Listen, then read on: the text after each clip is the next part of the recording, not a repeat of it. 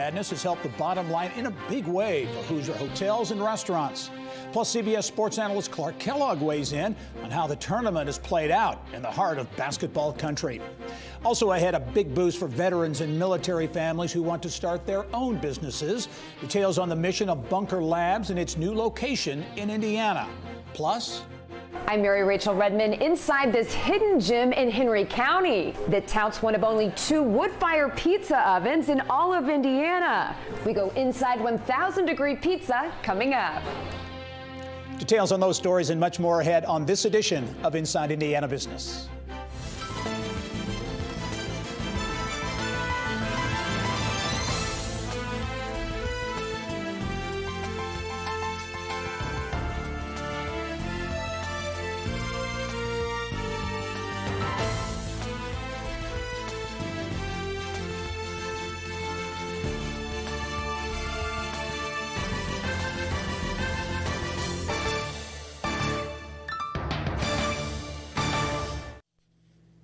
Hello and welcome to Inside Indiana Business. I'm Gary Dick. The eyes of the sports world have been on the cradle of basketball for most of March, and Central Indiana has hosted the entirety of NCAA men's basketball, a first in the tourney's 82-year history. 68 teams, 67 games played in 6 different Hoosier venues, all adding up to a big and much needed score for the region's $3.4 billion tourism industry that's been hit very hard by the pandemic. The numbers tell the story. Downtown Indianapolis led the nation with the highest hotel occupancy for the first 2 weeks in March, outpacing spring break hotspots like Miami, Orlando, and Phoenix. In fact, during the first weekend of March Madness, many hotels were hanging the no vacancy sign out. Nearly 96% of hotel rooms were filled. Numbers that haven't been seen since Indianapolis hosted Gen Con in 2019. And those tourists spent their money at Hoosier dining spots too. One restaurant owner says sales have been up more than 20% during the tournament. For more now on the economic impact of March Madness and what it could mean for Central Indiana and Indiana tourism in the future, pleased to be joined as always by Visit Indy Senior Vice President Chris Gall. Chris, welcome as always. Gary, thanks for having me on. Chris, coming to us from the Media Hub, you're in the Arts Garden in downtown Indianapolis. I know I can see just over your left shoulder the brackets on the JW Marriott, so you're right in the heart of it. And I guess that brings up a good point. In addition to the economic impact, media attention for the month of March has been really intense on Indiana. It's been an abnormal amount of national media attention. That sweet-sounding word Indianapolis repeated countless times on air and written, and that's a big brand boost heading into spring travel as consumers think about traveling again. So we've really enjoyed, as with all major sporting events, a boost Indy's brand with national media bantering about Indianapolis. And this is the Media Hub, part of our downtown activation to welcome our media, more than 2,000 during the month of March. And you've got some breaking news regarding a new event. We'll get to that toward the end of our interview here. Let's get right to the numbers, though. Everyone wonders, what's the economic impact? Going in, there were expectations, but no one really knew exactly what to expect. Chris, those numbers for hotel occupancy tell a pretty positive story. Heads in beds, anywhere in the United States of America. If people are checking into hotels, tourism is happening. And so we were very, very, very pleased that the first 2 weekends in March tied directly to basketball. We were the #1 in the nation in terms of downtown hotel occupancy, hovering at 85 and 95% respectively. As a point of perspective, Gary, other major cities like New York were in the 60s, Miami in the 70s. And so that tells us that people are traveling and they're staying and generating tourism economic impact. When we looked at the third week, this past week, Indianapolis stacking up in the top 10, #9 in the nation in terms of hotel occupancy. So again, heading into that Sweet 16, people stayed and they stayed in our hotels, generating something much needed economic impact for the tourism industry. Can you sense, are they spending money beyond the hotels, the restaurants, and the other venues that have been hurt so badly during the pandemic? Specifically restaurants. We are in a cadence to talk to our restaurateurs every single week, and they are reporting there are moderate lines outside in a good way to get inside to dine. And so when you look at downtown restaurants in particular, outdoor seating, indoor seating, it's happening. And so that's part of this puzzle that we'll study post-game alongside our point guard, the Indiana Sports Corporation, on truly what was felt in March. Early indicators, restaurants and hotels in particular, strong showings, kind of leading that bracket, if you will. You've had event planners, meeting planners from around the country, dozens of them in Indianapolis over the past several weeks, witnessing what's taken place here, how Indianapolis has pulled this off. Can that mean new business, additional business down the road?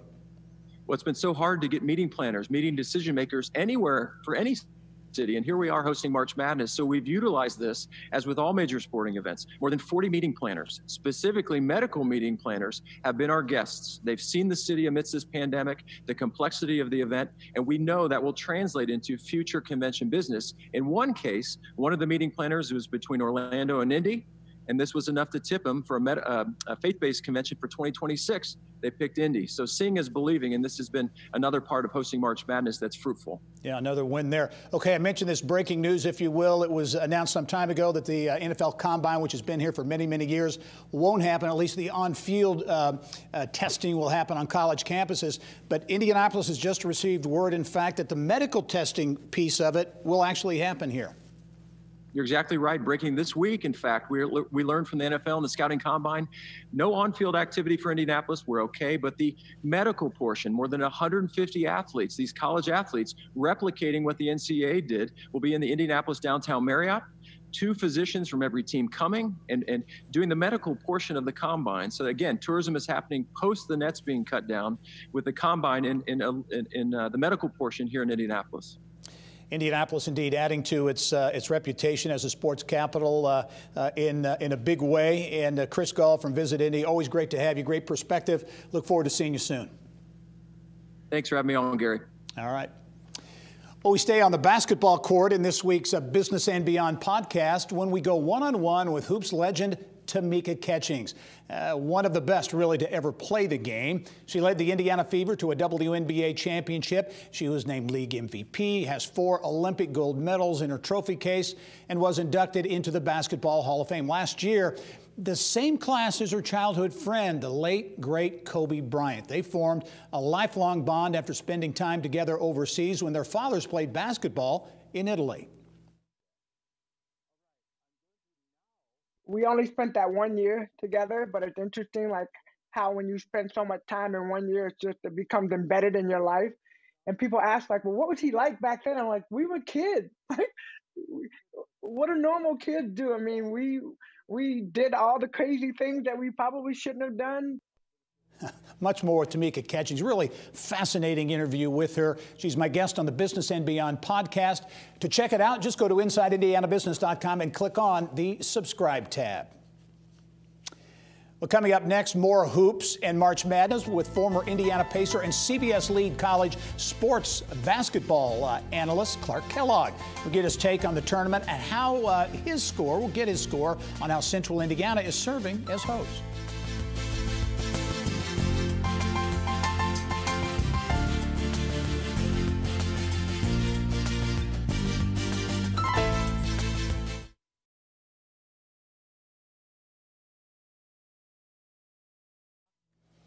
More March Madness from a national perspective with a Hoosier tie. His former Indiana Pacers face and voice are synonymous with college basketball, in particular the NCAA tournament. Bill Benner has more in this week's Inside Indiana Sports. Bill. Gary, thanks. Well, we first knew Clark Kellogg as an All-American at Ohio State, later as an Indiana Pacer, and then after his career was cut short because of injury, a member of the Pacers broadcast team. But the nation knows him as a talented, colorful, and insightful longtime analyst for CBS Sports, and we're delighted to welcome him to offer his perspective on this most unusual of seasons, which is coming to a conclusion. Clark, thanks so much for making time to join us. Bill, an absolute pleasure. Glad to be able to jump on with you, and very much looking forward to this last lap of what's been an amazing 2 weeks of March Madness. Well, and before we get to that, I want to ask you briefly your reaction to the Indiana University hiring of Mike Woodson, longtime NBA career as a player, head coach, and assistant, and now taking the reins at Bloomington. Just what's your take on that, Clark?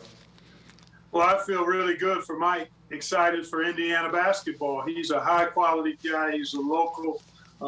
He's an Indianapolis native.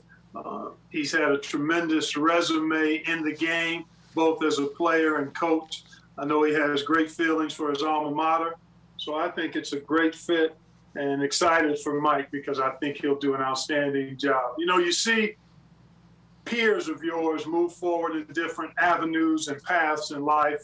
Basketball connects us, and I've gotten to know Woody a little bit outside of the game, and he's just a high-quality, high-character guy who has a tremendous pedigree in basketball. And I think it's a really good move for Indiana to bring one of their own back into that position. Well, Clark, let's talk about the Final Four. We've made it. It's been, you know, they played all the games in Indiana because of the COVID restrictions, but we've made it through to this point. Just your impressions of the tournament and how it's unfolded. Man, I tell you what, Bill, if you'd have told me back in November when we were getting started with college basketball that we would play upwards of 80% of the games during the regular season and then just have one mishap during the NCAA tournament in the one location there regionally in Indiana and in the city of Indianapolis primarily, I would have been thrilled. I would have been turning backwards flips and doing whatever I could to celebrate. And we're here now on the cusp of finishing things off. And, man, an exciting Final Four. But, yeah, I think it's been phenomenal. All of the sacrifice and work that's been done by so many of the players, the coaches, other Tier 1 folks, clearly the NCAA, the city of Indianapolis and the state of Indiana. I mean, there's just so many folks that you want. The officials. I mean, other than a few that had to be sent home due to a positive COVID test before the tournament started, they've been remarkable in their availability and being able to be there for the thousands of games. So just kudos to everybody. Great sacrifice and commitment displayed. And now we're on the cusp of crowning a champion. But remarkable, fantastic job by everybody involved. Gonzaga trying to make history as the first unbeaten since Indiana in '76. Gonzaga, Baylor, Houston, and the other bracket, and the first four to the Final Four, UCLA. So this is again, it's a really strong Final Four.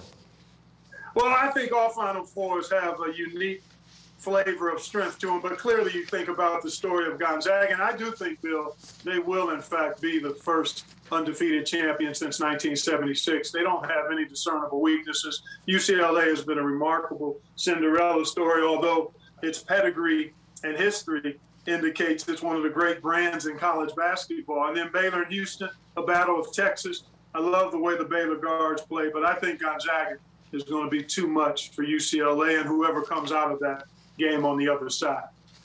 Well, Clark, we certainly appreciate you being on the show, taking time out, and we look forward, of course, to seeing you in your studio analyst role with CBS over the weekend.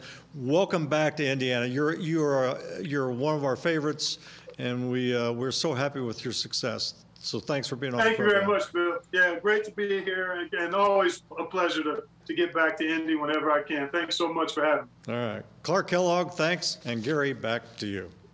All right, Bill, thank you. Well, up next, help for former military service members and their families who want to start their own businesses, something that is very hard to do. More on how Bunker Labs Indianapolis is helping them achieve their goals.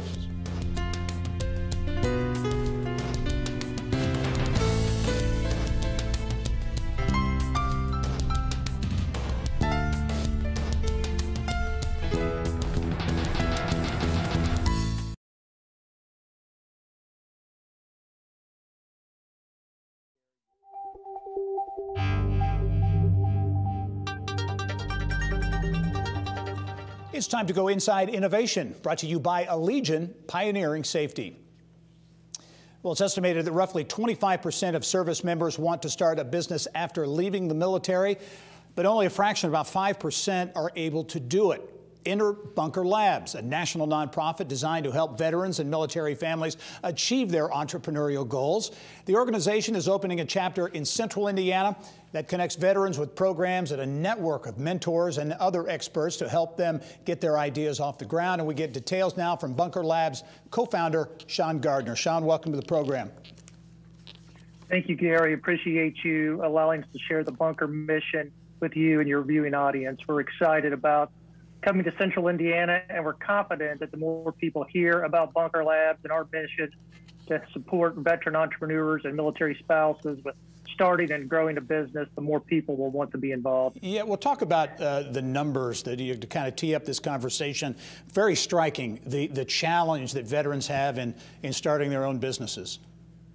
Yes, you're right, Gary. You alluded to that it's amazing that we look at our greatest generation, that World War II generation, those fighting men and women who came back after the war. 49% of those military veterans came home to start or own their own business.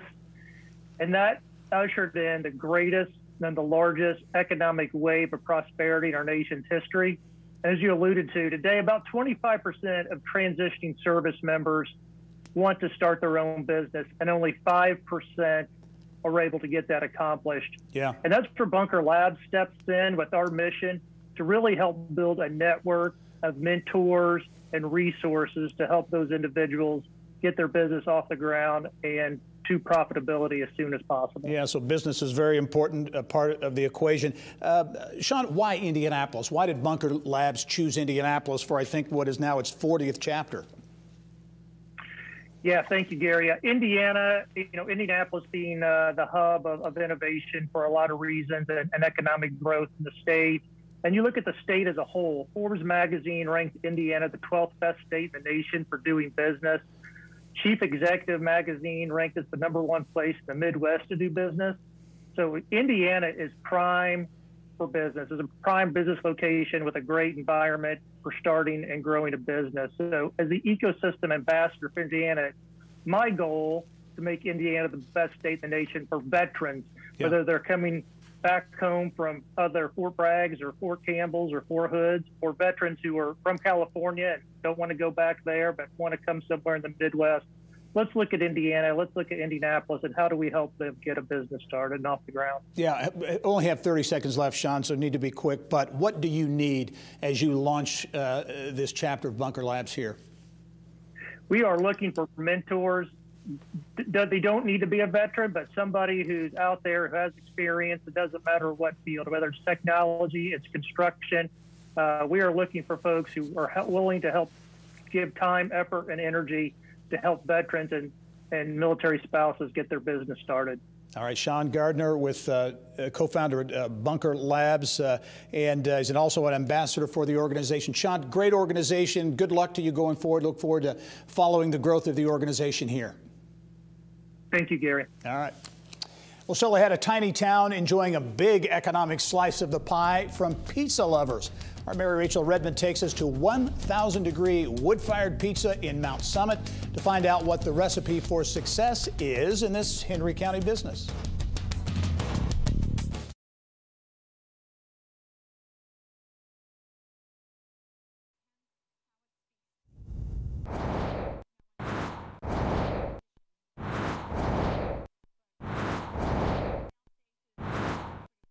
Here's what's making news now around Indiana. Brought to you by Chapman Heating, Air Conditioning, and Plumbing. The man for all seasons, Chapman. ChapmanHeating.com. Well, this hidden gem in Henry County is said to serve some of the best pizza in the Midwest. Their motto, small town, big deal. And they have the numbers to prove it. Around Indiana reporter Mary Rachel Redmond has the scoop on 1,000-degree wood-fired pizza in Mount Summit. If you blink, you might just miss it. How big is the town of Mount Summit? I've last heard, I think it's around 384 people. But on weekends, the population of the tiny Henry County town swells to nearly 13 times that. It's crazy, the people that come through here. I mean, we open the doors and there's a line that never stops on the weekends. Mount Summit's 1,000-degree wood-fired pizza may just be the peak pizza experience in Indiana. All of our food is from all over the world. 15-year-old balsamic production from Italy. Wow. A little bottle, that's $65. The dough that we use in our pizza is made in Italy. It's shipped here twice a week. This is a Fermani rosemary infused ham. Our ingredients don't have any sodium, no nitrates, no preservatives. So what makes this pizza worth the wait? This 7-foot Italian-built wood-fired oven, one of only 2 in the state. I found an oven that was in Boston, and a restaurant over there had ordered it, and it shifted on this base like an inch, and they didn't want it. So I bought it and picked it up and hauled it all the way here. The center part weighs 8,500 pounds. And there's only 2 real wood-fired ovens in Indiana. 1000 Degree has more than 20 specialty pizzas on the menu, even pie options for the most health-conscious of customers, offering a cauliflower crust, and for carb counters, a pizza crust made completely out of chicken. And it's 0 carbs, and it's 0 gluten. And it's made out of white meat chicken breast, and some seasonings and olive oil. That's all it is. And if you're in the mood for barbecue, they do that too. We smoke probably 800 pounds of meat a week. We do wings, ribs, pulled pork, brisket. The pizza and the barbecue is amazing. I mean, I know it's amazing, but the response that we get from people like in other states that have had pizza all over the place, they go crazy. That is amazing. Literally amazing. Never tasted anything like it. I would drive across state lines for that. That's that good.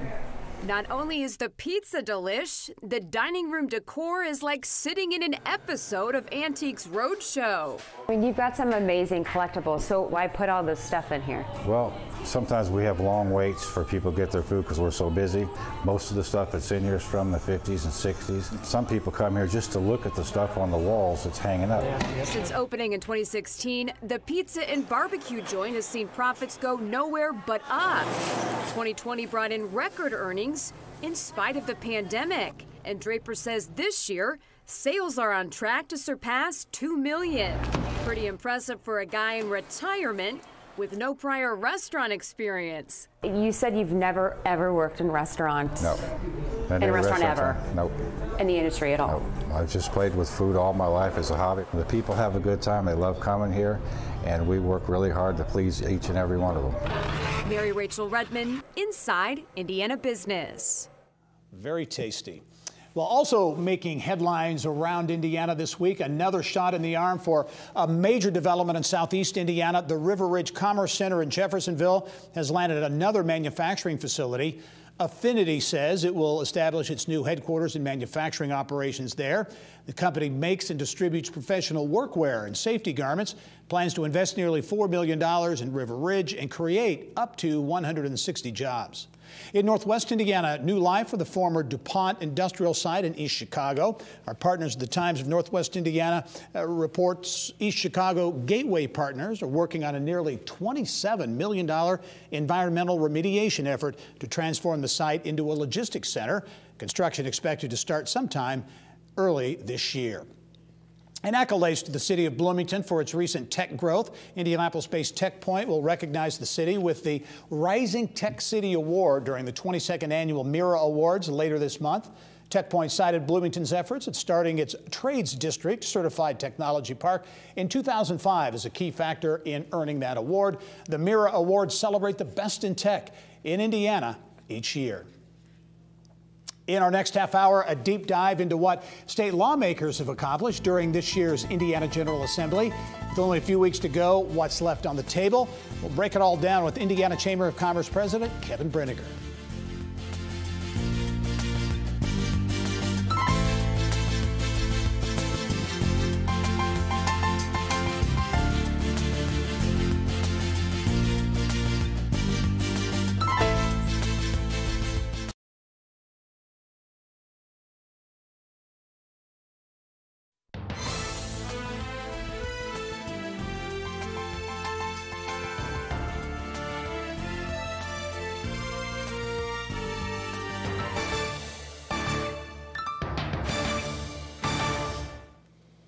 Well, the Indiana General Assembly will wrap up the state's business at the end of the month. The Indiana Chamber of Commerce is pushing for a boost in regional economic development, more funding for broadband, and property tax relief for small businesses. The Chamber also moving forward with its Accelerate Indiana Vision 2025 plan. And with details on all of that, pleased to be joined by Indiana Chamber of Commerce President and CEO Kevin Brinegar. Kevin, thanks for joining us. Hi, Gary. Good to see you. Okay, let's give us an update on where things are at the State House. Among the big items I know on the Chamber's business agenda, a new regional cities initiative, if you will, one that would really expand the scope, perhaps more dollars and more communities able to take part. Yeah, this is a follow-up on the successful Regional Cities program of 2016, using a lot of the one-time federal money that the state is receiving, but it'll take a different approach where communities all across the state would be able to participate in developing quality of place programs that will be so important going forward to our state's economy, and allow them to different communities to band together to attract private sector money and apply for these funds. And it sounds like there'll be a lot of federal dollars that could be in play here, which could really sweeten the pot for this.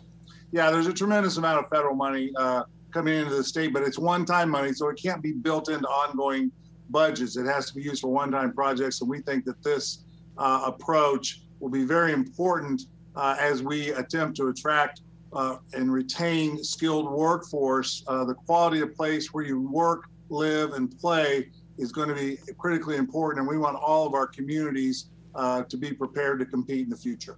Another part of that talent attraction piece, retention piece, certainly is connected to broadband and increasing, improving broadband connectivity, especially in rural areas around the state. And you see measures going through the State House that could impact that as well. Yes, indeed. That's also going to be critical to businesses operating virtually, employees working remotely, remote learning taking place in our schools. And the budget bill currently contains $250 million to expand broadband in underserved areas. And there are tens, if not hundreds of millions of dollars more coming from the latest federal relief package. And we believe it's critically important to use those resources effectively, because the state that builds out its broadband the fastest is going to be a leader coming out of this pandemic. I know the Chamber is advocating some tax relief for the smallest businesses, small businesses in Indiana. Do you anticipate that will happen? Yes, we do. That's Senate Bill 336. It just went through the Ways and Means Committee last week. It raises the threshold below which small businesses do not have to fill out the returns, go to that trouble and expense, and file personal property tax returns and pay that on their machinery and equipment. This bill will make that available to another 20,000 Hoosier businesses who will no longer have to pay business machinery and equipment taxes. The amounts they were paying were so small that the impact on local government was minuscule, and this will be a nice burden relief on our very small businesses who have suffered so much during this pandemic. Kevin, before we go, only have about 35 seconds or so. Want to touch on the Accelerating Indiana Vision 2025 plan that the Chamber is advocating, kind of Indiana coming out of the pandemic and what's next there. Talk about that vision. That vision is following up on our other successful economic visioning plans to look to the future and build on Indiana's strengths, identify weaknesses. We've engaged a statewide task force of business leaders, community leaders, and regional economic development folks to help us develop that. We're going to look at what should Indiana be doing immediately to lead out of this pandemic, but then what is the direction that our state's economic development policies should be looking at into 2030, 2040, sort of a long-range look as well. Very, very quickly, Kevin, kind of bottom line things for us, if you will. As you look at this session of the General Assembly, how do you feel about what's going to come out of this session? We think that a lot of very good things are yet to occur in the next 3 or 4 weeks of this session. Of course, our number one priority, lawsuit liability limitations, has already been signed into law by the governor.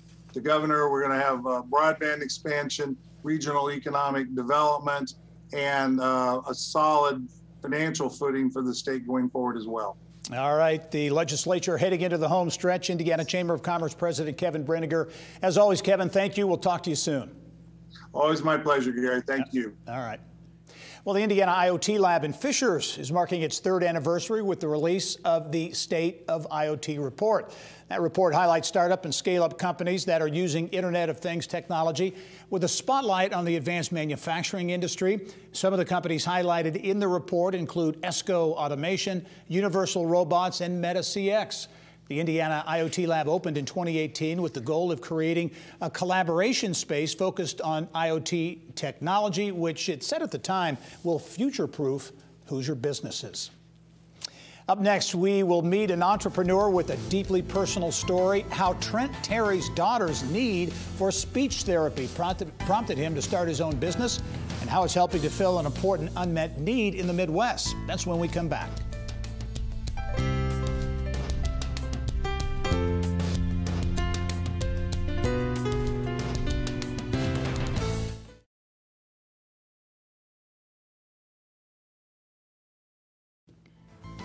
Well, a huge gap in care is inspiring an entrepreneur in Lafayette to open a speech clinic focused on kids. Trent Terry came face to face with the unmet need when he struggled to find speech therapy for his young daughter. Business of Health reporter Kylie Valletta has more. Kylie. Thank you, Gary. Terry and his business partner, Mindy Hibbert, launched Therapy Solutions about 4 years ago with just 2 therapists, and the small company has now grown to more than a dozen therapists on staff and nearly 40 independent contractors throughout the state. And demand continues to climb. Therapy Solutions is referred about 50 kids per week. The small company relied on school space and home visits for therapy sessions, but is now opening its first clinic in Lafayette to treat more kids. Trent Terry joins me now to tell us more about his vision for the new clinic. Thanks for being on the show today. Yeah, thank you. Glad to be here.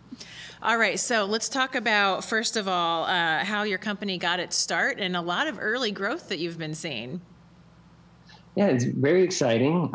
So my daughter was born in 2017, and she needed some early intervention therapy when she was about a year old. And I called around and unfortunately was met with a lot of wait list or delays in order to get her the treatment that she needed, which as a parent, you can imagine is very frustrating.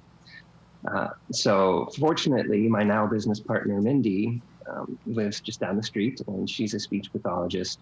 So I reached out to her about providing the therapy privately, which she was gracious and did so.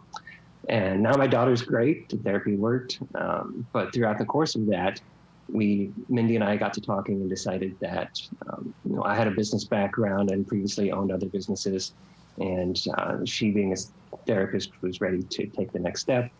So we partnered and formed Therapy Solutions, and now we're serving children all across the state of Indiana. So it's a very good feeling. It's a great business story. And you noticed a real gap in care for kids between the ages of 3 and 5. Explain how that gap really helped expose a need to have an actual clinic in Lafayette. Yeah, it really did. So we started our company working directly with schools, so K through 12. And then we decided that we wanted to go to a model to where we could help a child from birth to high school graduation, potentially even with the same therapist in some cases. So as part of that, we grew into doing first steps, which is early intervention therapy through the state of Indiana. And we started that about 2 years ago, and we noticed that we weren't still quite meeting our goal of birth to high school graduation for providing services. And as we started talking to some of our parents, they said that where do we go once our child reaches 3 and they can't have early intervention services anymore? And we found ourselves referring to other places that had wait lists and things like that. And so we decided that we could fill that need if we purchased a building and opened a private clinic. So we're in the works of doing that now. And we mentioned that you have contractors throughout the state, so you're doing work even outside of Lafayette to meet that statewide demand, but you're hopeful that this first clinic in Lafayette could open the door to other clinics. Can you tell me a little bit about that? Sure. We're very excited about the potential of growth over the next few years. We're committed to the state of Indiana and the parents and children in Indiana, so that's going to be our focus. We don't even have the doors open on the first clinic yet, and we've already had requests from other cities and other parents to open clinics in their areas. So I think the need is clearly there. We just need to make sure that we're smart about how we grow the business. But we're very excited about the potential to continue to serve other areas in the state. Hoping this first clinic can be somewhat of a model for some future clinics. Yes, that's the hope. Your company really prides itself on providing really personalized therapy, really individualized for each patient. Could you talk just a little bit about that? Yeah, sure. So our company exists to serve the parents and the children. And something that we really talk to our therapist about is we're not just doing a job, we're helping a child for the rest of their life. And the work that we do has a direct impact on their quality of life for many years to come. So we take that very seriously. One of the things that we do from a quality control standpoint is we'll take samplings of parents and we'll call them and just say, how's it going? Are you happy with your therapy? And so we get some good feedback that way. Another thing we started in the height of the pandemic was we started a parents council. And so the parents council consisted of a group of parents that were transitioning to teletherapy because of COVID and had a lot of concerns about that. And it was myself as the CEO and Mindy as the other owner that headed up that parents council and allowed a direct access line from parents to the decision makers at the company. And we learned a lot from that. The parents loved it because they offered us a lot of suggestions. And then it also ended up being kind of a cohort group of parents in similar situations that would email each other questions and things like that too. So it's kind of a unique concept that really took off. All right. Well, I know your clinic is really looking forward to opening its doors, likely late spring or early summer. Congratulations on your first clinic. Keep us posted. I will do. Thank you very much. All right. Thank you. Gary, back to you. All right, Kylie, thank you. Well, Indianapolis-based American College of Education says it's really bucking trends in higher education as it is seeing enrollments increase. The university moved to Indianapolis in 2011 after being founded in Chicago in the mid-2000s. And for more on this college, what some have described as a hidden gem, pleased to be joined by American College of Education President Chantel Landry. And Chantel, thanks very much for joining us. Great to be here today. Well, let's talk about the college, American College of Education, as I said, founded in Chicago in 2005. What prompted the move to Indianapolis in 2011? Really, it was the State Department of Indianapolis that prompted our move, as they were looking for exactly what we had to offer, an online program, high quality for teachers, especially something that could get out to more rural citizens. We'll talk about the model of the American College of Education. You are online, and as we were talking off camera, you're a totally online institution. We are. We're completely online. We have about 70 employees in Indiana, and then we have a number of employees across all 50 states. And we work as remotely as possible, so we keep our footprint small, and that allows us to bring back that tuition savings to students. I know you credit tuition savings and keeping those costs affordable for increasing enrollments. Talk about your enrollment situation, because a bit of the trend among higher education institutions, enrollment has been a challenge. It has been, and we're in a unique situation. I think it's because we're truly a unique institution. We've had double-digit enrollment growth all the way back to 2016. And last year, we had 25% new enrollment growth. And so when we had questions with students, we actually had a focus group with them and talked about why they came. And many of them, it's because we had been online for so long. So they knew that while there was so much trepidation in the world, it was really easy for them to make a decision to go online to a school that's always been online. We weren't trying to figure it out as we go. And so that, I think that contributes to our enrollment growth. But there's one stat I did want to share with you, and that's, 40% of our students say they come through word of mouth.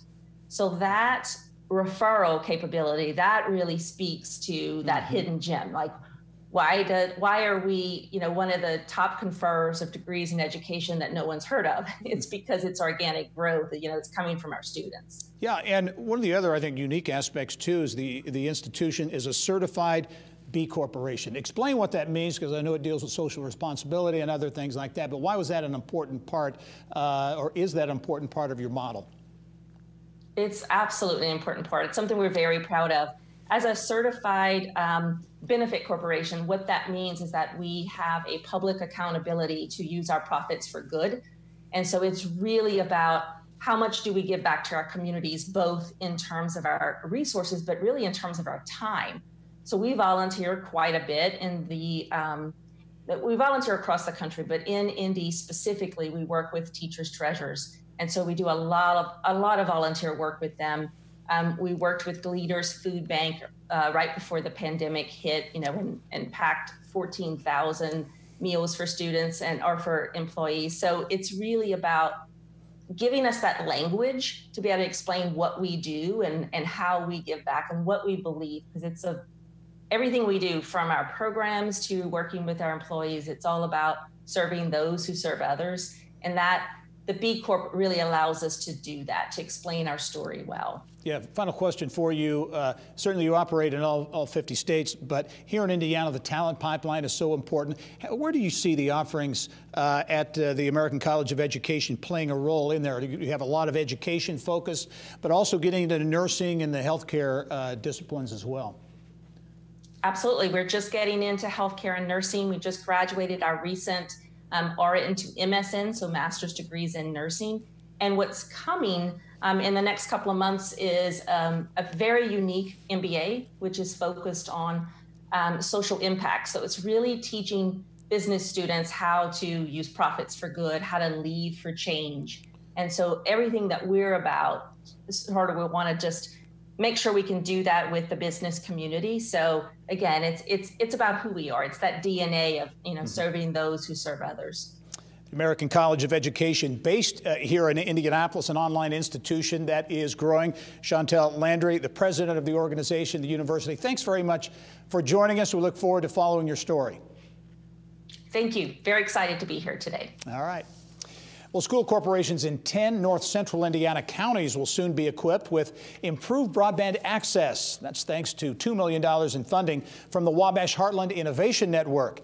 The organization says it is the first of a 3-year, $6 million project with partner North Central Health Services. WIN says schools are allowed to use their allocations to provide student plans compatible with school-issued Chromebooks and iPads. Funding also available to teachers who don't have adequate access for preparing lessons at home. Well, some of the real winners emerging from Central Indiana hosting all of March Madness. Hotels and restaurants like Iot's Garden of Italy in downtown Indianapolis. We'll learn why it's hit the spot for restaurants like this after a bitter tasting year.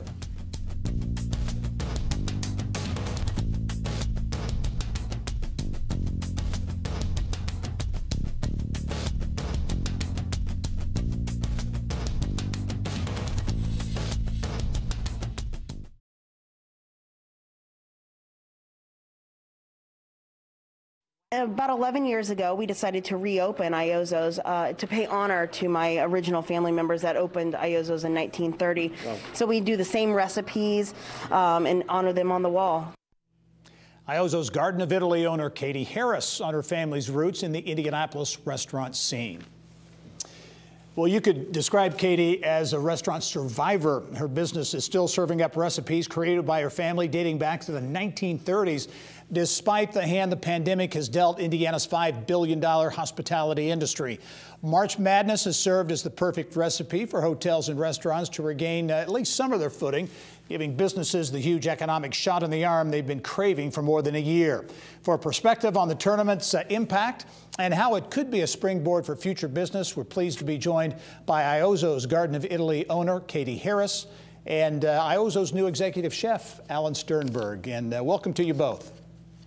Thank you for having us. Yeah, thanks for having me. Absolutely. Kate, I'll start with you. Many people know of Iot's. It's an iconic restaurant in Indianapolis, but for those who don't, give us really a quick thumbnail of the history and the heritage of the restaurant. Sure, absolutely. Iot's was originally opened by my great-grandfather, my grandfather, and my great-uncle Vincent in 1930. It was the first full-service Italian restaurant in Indianapolis and was in operation for about 10 years. The restaurant closed in 1940 due to a tragic accident. And so about 11 and a half, almost 12 years ago, I decided to kind of reinvigorate the restaurant using same family recipes and honoring my family's traditions. Yeah, we'll talk about the past year because I know it's something you'd like to forget in a lot of ways, but how challenging has the past year been for you as a restaurant owner? Sure, I think that 2020 was definitely harder than 2009 when we opened the restaurant, coming out of the Great Recession. You know, back then people were asking me questions like, why would you open a restaurant at this time? But I had a really good feeling that we could make it work. I had a lot of friends and family who really enjoyed coming together for pasta dinners and wanted to make it work. Well, this year was completely different. It's how do you operate a restaurant that can't operate? Yeah. How do you keep your staff employed? How do you make sure that they are able to provide for their families when we are not able to provide our goods and services due to government restrictions? Yeah. And it was a whole new way of thinking. Before it was just us, like, how can we make this work? Right. And now it's become like a community. How can all the restaurants together make it work? How can we help each other? How can the government help in, step in and help us? Give us an idea of the boost that March Madness has provided to your restaurant. Yeah, it's been great. Our location with 5 to 7 blocks from Lucas Oil Stadium has kind of put us in a proper location to see really the economic impact of this tournament.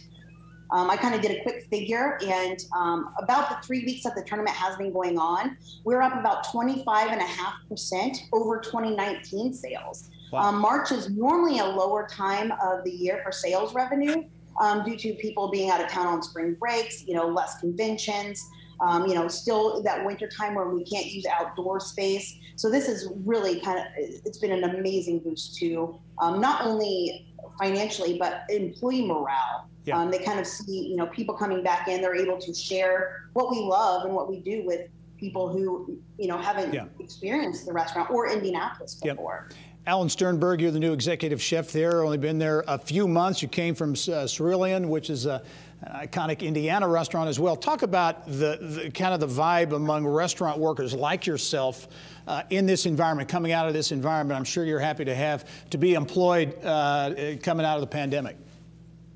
Yeah, it's been kind of really nice to just come into a restaurant that has a lot of energy and a lot of buzz, even though we're limited capacity here. Just walking through the dining room, it kind of brings back a semblance of normalcy. And I think every restaurant's dealing with it a little bit differently. I think some of my friends are still a little bleak. Some people I don't think are going to make it through and just are never going to reopen. And other ones I think are doing carry out. So it really is just kind of this, very personal thing to every single restaurant.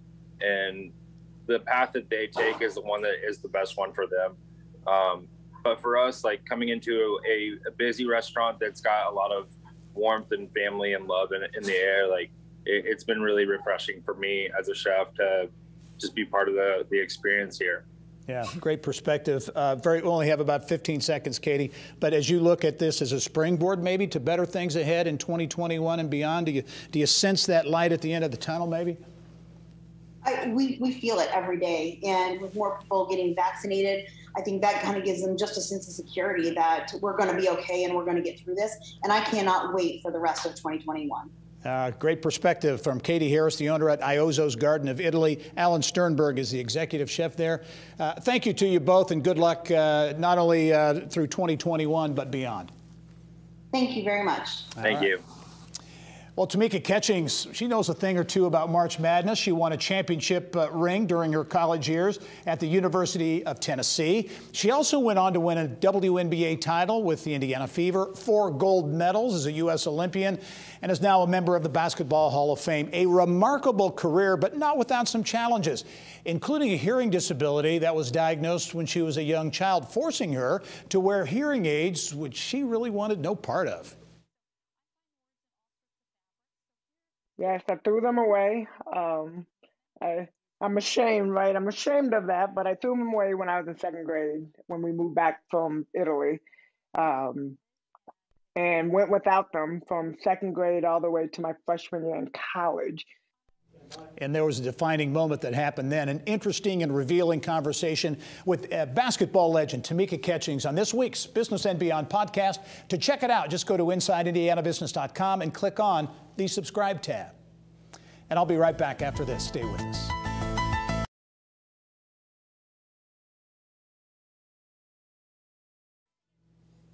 Coming up on next week's show, we'll have an update on the economic impact of March Madness. Plus, no more extra blankets in the winter, fans in the summer, and huge energy bills for those working and living behind bars. In the Jasper County Jail, details on the switch to solar power and how it's saving the county some bucks. Those stories and much more next week. Thanks for joining us. I'm Gary Dick. Go out and make it a successful week. Inside Indiana Business with Gary Dick is a production of Grow Indiana Media Ventures with support from WFYI Productions.